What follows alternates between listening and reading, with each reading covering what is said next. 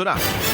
Oras gihatod kaninyo sa EXL Magkabuhay. Buhay at makulay ang buhay sa EXL Magkabuhay. Pag kayo'y nabasagan, madaling remedyohan. Pagkatapos dikitan, Parang bago na naman. Pioneer Epoxy, pandikit ng kristal, kahoy at bakal, pang-repair ng radiator, Tambucho, refrigerator, martilyo, kutsilyo, gripo, araro, gero, aparador. pampatibay ng bangka, kisame, etc. Pioneer Epoxy, Pioneer Epoxy, paborito ng bayan. Mga kapanyawan, zero si Jane kalip na kaangkon og balatian, nakaihi og dugo tungod sa UTI. Di gamit og SED Kugonerba capsule. Pag pangihi na ko, dugo na jud akong giihi. Anak si partner na ko nga pugo ng inom niya. Inom lang ko og una, duha ka buok, gisundan ako og isa. Tulo pa lang ka buok akong nainom, na alibyo. Ano ko mangihi og dugo. The best jud ang pugon para sa naay sakit sa UTI. ODI si Rosie Jane Calip, 33 years old, Toril, Davao City. Basta UTI ang problema, pag SED Kugonerba capsule na. Kini si Max Urban. Kape nga gipaabot sa masa, Sid Panyawan Coffee, pait apan lami iyang timpla. Sid Panyawan Coffee, paras mga batan-on ug tigulang. Sid Panyawan Coffee, sa panglawas makatabang. Sid Panyawan Coffee, kaping at ang masa, kaping dili mahal, gaan sa bulsa, sa grocery ayaw ninyong kalimti. Ang Sipanyawan Coffee, paborito ni Lolo ug ni Lula. Sipanyawan Coffee, tilawi lang aron mo tuo ka. Sipanyawan Coffee, pila kahigop lang mubas ka. Sipanyawan Coffee, sa quality kontento ka.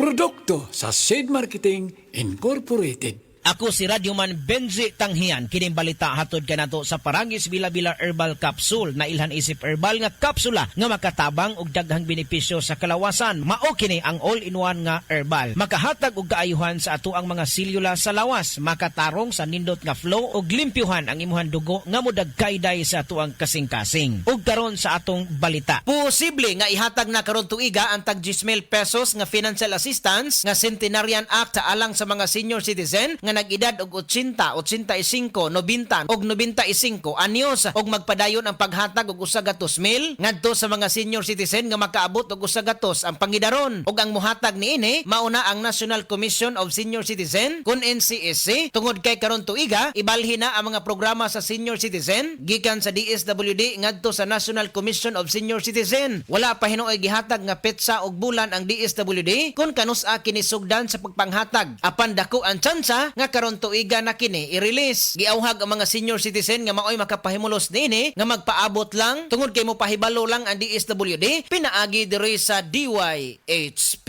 Kadtong balita hatod kanato sa Paragis Bila-Bila Herbal Capsule. Alang sa kumpleto nga kombinasyon gamita lang ang Paragis Bila-Bila Plus Herbal Capsule. Paragis Bila-Bila Herbal Capsule na uban sa pagpangapi sa Paragis Bila-Bila Herbal Coffee ug ang pagpanghaplas sa Paragis Bila-Bila Liniment Oil. Gama sa GFMQ Marketing sa Paragis Bila-Bila dili na ka mag-agwanta pa. Sa dugang kasayuran tawag lang sa 0935-641-0261. Ang Paragis Bila-Bila mapalit sa Didings Pharmacy sa Manalili Street, Cebu City, Bestway Pharmacy sa Mandawi City, Healthway Pharmacy, JV Butika sa Cebu, Mandawi, Liloan ug Osmeña Boulevard. Mapalit usab sa JY Pharmacy sa 32 Osmeña Building, Osmeña Boulevard, Cebu City. Ako si Radyoman Benji Tanghian, DYHP, Tatak RMN. Sa mga workaholic, epektibo ang atong Paragis Bila-Bila Herbal Coffee. Sama na lang ni Roland De La Cruz nga taga Mati, Davao. Roland De La Cruz sa Purok Isla,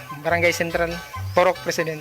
Anong ganahan man kay ka sa kape? Sa Bila-Bila Coffee, laskig ang imong lawas o mayo ang imong lihok. Basta laskig niya kondisyon, makalihok kag may sa trabaho. Kung di ka kainom, mura magluya na ka? Murag luya-luya, lahi ra gyud. Tungod kay nindot gyud ang Bila-Bila Coffee. Kini ginama sa GFMQ Marketing. Kay sa Paragis Bila-Bila, dili na ka mag-agwanta pa.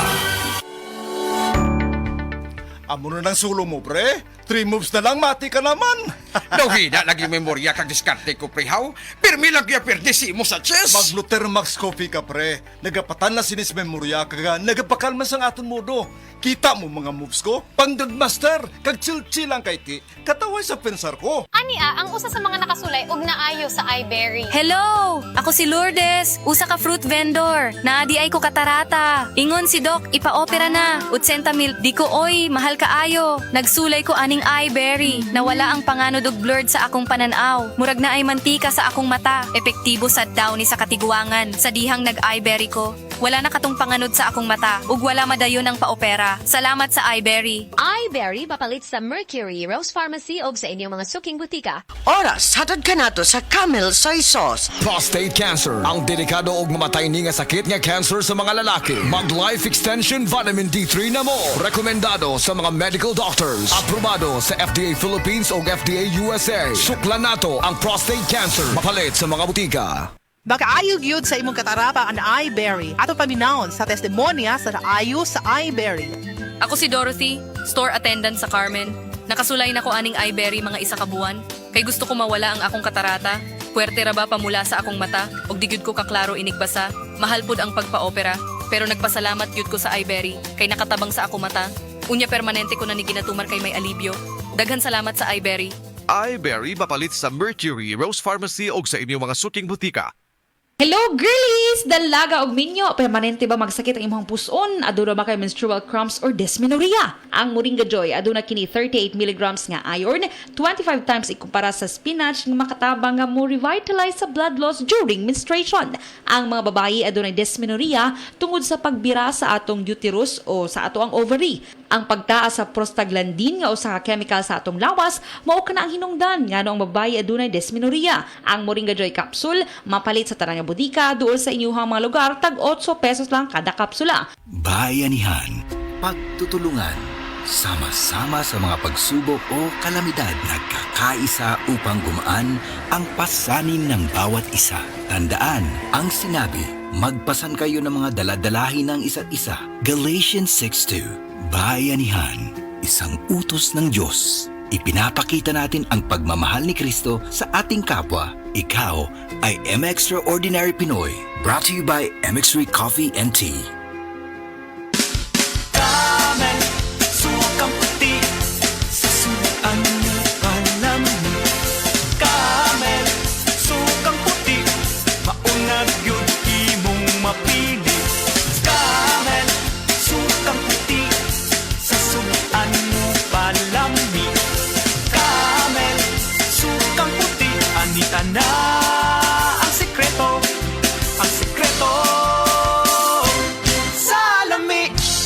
Kinahanglan ligo ng diskarte mo nga mag-blend 45 malunggay coffee na ay lami nga kaping Pinoy na swak sa panglasa. Dunay Pinoy tibay resistensya tungod kay naik kamunggay, vitamin C ug zinc with proper diet and exercise. Blend 45 malunggay coffee, ang kape sa madiskarte. Sulit sa bulsa mo nga palit na. Timplang Pinoy nga abot kaya. Mao kana ang Blend 45, ang kape sa madiskarte. Ang himsog nga lang sa ubaga, magpasabot usab og himsog nga panglawas sa kanitibukan. Likay sa polusyon sa hangin, pagpanigarilyo o second-hand smoke og mga aktibidad nga makadaot niini. Kauban ang sakong diet, pagkatug og exercise, masiguro ang healthy lungs ug inom og Vitalungs capsule. Protect your lungs and protect your life with Vitalungs.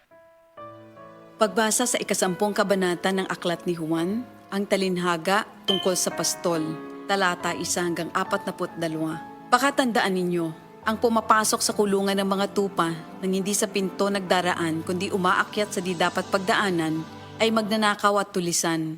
Ang tunay na pastol ay sa pintuan nagdaraan. Pinapapasok siya ng gwardya at pinapakinggan ng mga tupa ang kanyang tinig. Tinatawag niya ang kanyang mga tupa sa kanilang pangalan at inilalabas sa kulungan. Kapag nailabas na, siya'y nangunguna sa kanila at sumusunod naman ang mga ito sapagkat kilala nila ang kanyang tinig. Hindi siya sumusunod sa iba kundi patakbong lumalayo sapagkat hindi nila kilala ang tinig ng iba. Sinabi ni Jesus, ang talinhagang ito, ngunit hindi nila nauunawaan ang ibig niyang sabihin. Kaya't muling sinabi ni Jesus, pakatandaan niyo, ako nga ang pintuang dinaraanan ng mga tupa. Ang mga nauna sa akin ay mga magnanakaw at mga tulisan, ngunit hindi sila pinapakinggan ng mga tupa. Ako ang pintuan. Ang sino mang pumapasok sa pamamagitan ko ay maliligtas. Papasok siya't lalabas at makakatagpo ng pastulan. Dumarating ang magnanakaw para lamang magnakaw, pumatay at manira. Naparito ako upang ang mga tupa ay magkaroon ng buhay, ng isang buhay na masagana at ganap. Ako ang mabuting pastol. Iniaalay ng mabuting pastol ang kanyang buhay para sa mga tupa. Ang bayaran ay tumatakas kapag may dumarating na asong gubat. Iniiwan niya mga tupa, palibasa hindi siya pastol at hindi kanya ang mga ito. Kaya't sinusunggaban ng asong gubat ang mga ito at binubulabog. Tumatakas siya, palibasa'y bayaran lamang at walang malasakit sa mga tupa. Ako nga ang mabuting pastol, kung paanong kilala ko ng Ama at siya kilala ko, gayon din naman kilala ko ang aking mga tupa at ako'y kilala nila. At iniaalay ko ang aking buhay para sa aking mga tupa. Mayroon akong iba pang mga tupa na wala pa sa kulungang ito. Kinakailangan sila'y ipasok ko rin at papakinggan naman nila ang aking tinig. Sa gayon magiging isa na lamang ang kawan at isa ang pastol.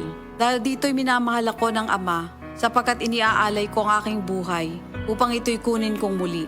Walang makakakuha ng aking buhay kusa ko itong ibinibigay. Mayroon akong kapangyarihang ibigay ito at kuning muli. Ito ang utos na tinanggap ko sa aking Ama. Dahil sa mga pananalitang ito, hindi na naman nagkaisa ng palagay ang mga Hudyo. Marami sa kanila nagsabi, talagang sinasapian na ito ng demonyo at nababaliw.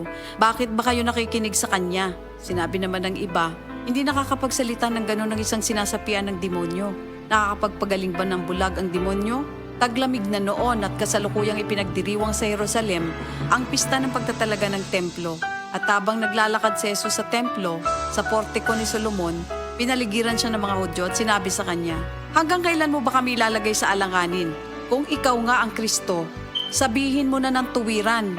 At sumagot si Jesus, sinabi ko na sa inyo, ngunit ayaw ninyong maniwala.